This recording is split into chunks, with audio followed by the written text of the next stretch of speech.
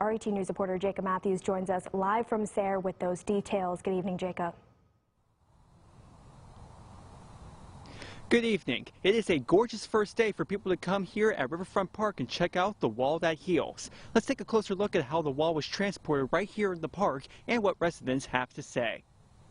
The Wall That Heals is officially open to the public in Sayre, Pennsylvania. The wall, a mini replica of the Vietnam Veterans Memorial in Washington, D.C., was transported to Riverfront Park yesterday alongside a motorcycle escort. Many bikers came to the park to show their support to the families of the fallen victims. Good evening. I am now live outside in front of the Chemung River.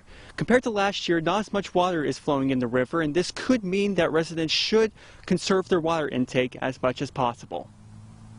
River water levels are now more shallow than normal, thanks to the drought conditions in the Twin Tiers this past month.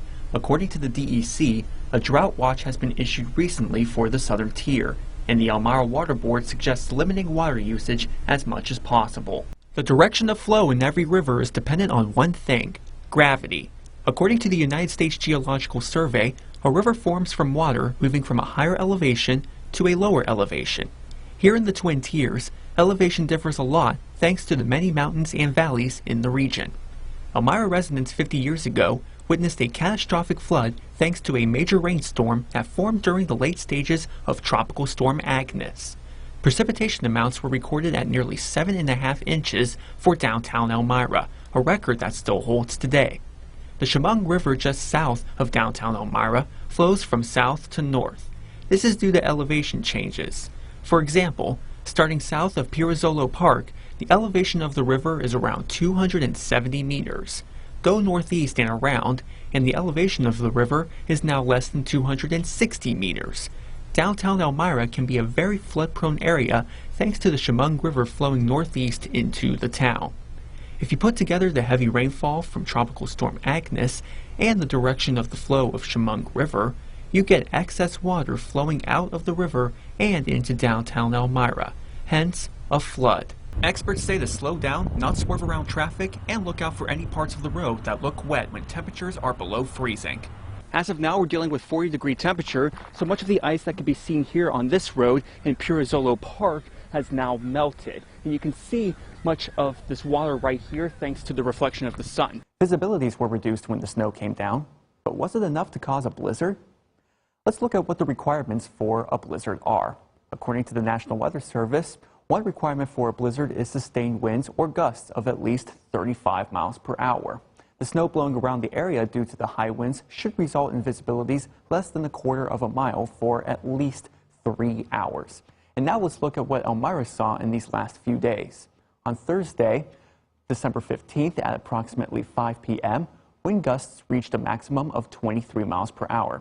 The visibility reached a minimum of 1/2 mile the following day.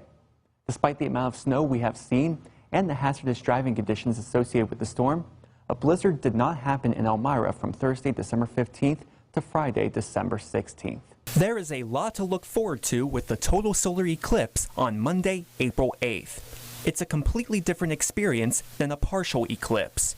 On April 8th, the moon will totally block the sun, leaving the sun's outermost layer, the corona, visible to the naked eye, like a glowing ring in the sky. But there's another factor that makes this eclipse even more special.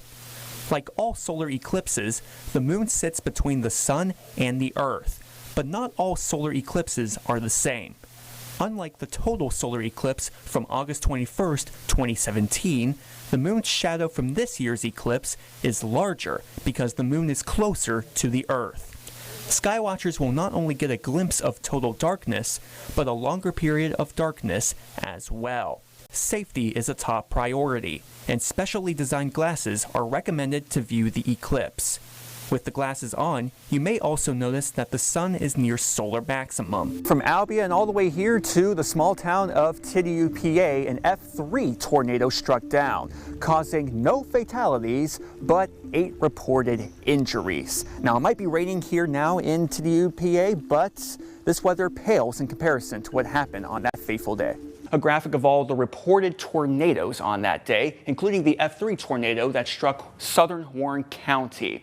Now, even though it is more frequent for tornadoes to touch the ground on flatter land, that does not mean tornadoes cannot form over rougher terrain, which in this case would be Warren County. You just need the ingredients for a tornado to really form, including warmth and moisture. And you can see a lot of warmth and moisture was in this green shaded area. And Warren County is included, or at least part of Warren County is included in that area. So there was a lot of warmth and moisture and a difference in wind direction from the ground up. You had a westerly wind flowing in, and there was cooler air in that part of the atmosphere, and you had a southerly flow near the ground with all of that warm air. Now, the difference in wind direction can lead to horizontal rotation in the middle of the atmosphere, like what you see right here. And with the rising air from the ground up, thanks to all of the heat on the ground, any lift will allow that horizontal rotation to become more vertical, resulting in a tornado, as you see right here. This proves that tornadoes can form with all the heat and moisture and all that lift and instability despite the rough terrain.